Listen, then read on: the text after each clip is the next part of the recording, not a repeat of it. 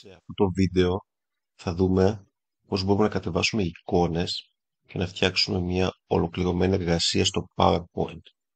Αρχικά θα δημιουργήσουμε ένα φάκελο έτσι ώστε εκεί να αποθηκεύσουμε τις εικόνες. Πατάμε δεξί κλικ, δημιουργία, φάκελος. Τον ονομάζουμε πρωτεύουσες της Ευρώπης.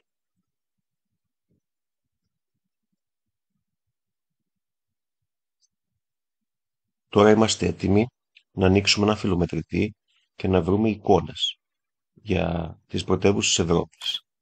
Εάν ψάχνουμε πληροφορίες για ποιες πρωτεύουσες υπάρχουν στην Ευρώπη, μπορούμε να βάλουμε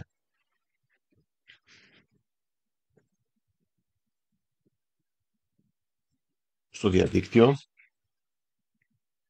και μπορούμε να πάμε στη Wikipedia και να δούμε ποιες είναι οι πρωτεύουσες της Ευρώπης. Τώρα, εάν θέλουμε να κατεβάσουμε εικόνες όπως έχουμε για το Παρίσι, ανοίγουμε μια άλλη καρτέλα, γράφουμε Παρίσι. Πάμε στις εικόνες, εντοπίζουμε μία που μας αρέσει και πολύ απλά πατάμε δεξί κλικ και αποθήκευση εικόνας ως.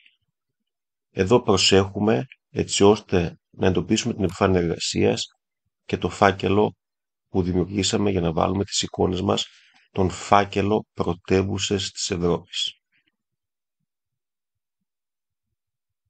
Τον ανοίγουμε και εδώ στον τίτλο πάλι προσέχουμε να βάλουμε το όνομα της πρωτεύουσας. Πατάμε αποθήκευση και η εικόνα μπαίνει. Αντίστοιχα μπορούμε να πάμε να βάλουμε και το Λονδίνο.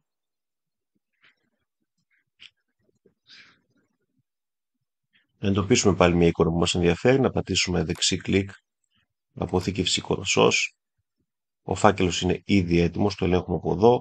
Στον τίτλο βάζουμε, όπως είπαμε, το όνομα της πρωτεύουσας και πατάμε αποθήκευση. Το πρώτο κομμάτι τελείωσε. Μπορούμε να ανοίξουμε τώρα το PowerPoint.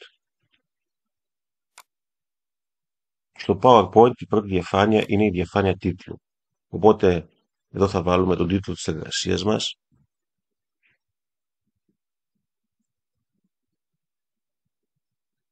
Και από κάτω θα βάλουμε τα στοιχεία, το όνομά μας,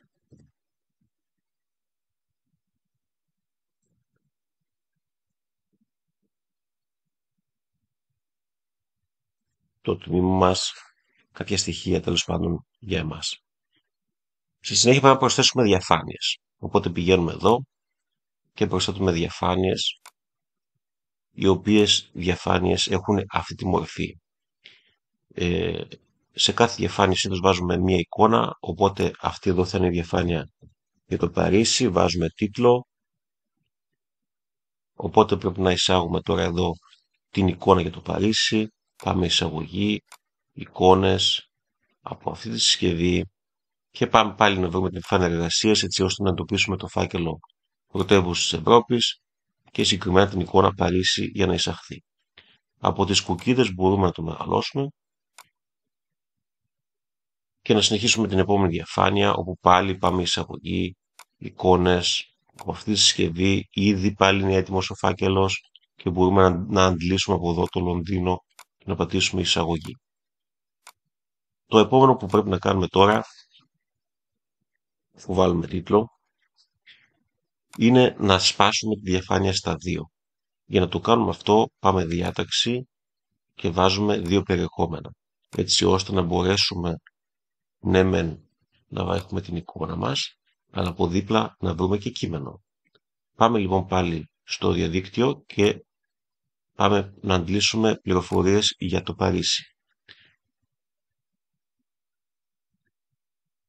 Μπορούμε να πούμε στη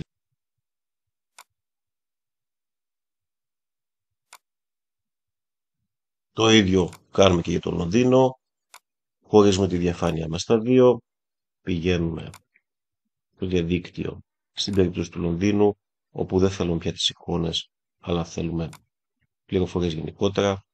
Μπαίνουμε στη Wikipedia, παίρνουμε ένα κομμάτι, με δεξί κλικ πάνω του αντιγραφή και δεξί κλικ επικόλληση. Το τελευταίο που μας απομένει είναι να μορφοποιήσουμε την παρουσίασή μας.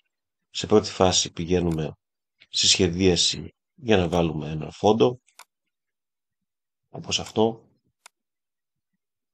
Επιπλέον μπορούμε να πάμε να βάλουμε στις διαφάνειές μας κινήσεις, να επιλέξουμε για κάθε διαφάνεια μία διαφορετική. Και αν θέλουμε μπορούμε επίσης να βάλουμε και κίνηση στην εικόνα μας ή σε κείμενο, οπότε θα μπορούμε να επιλέξουμε την εικόνα και να πάμε στις κινήσεις και να εφαρμόσουμε την κίνηση. Ή εδώ.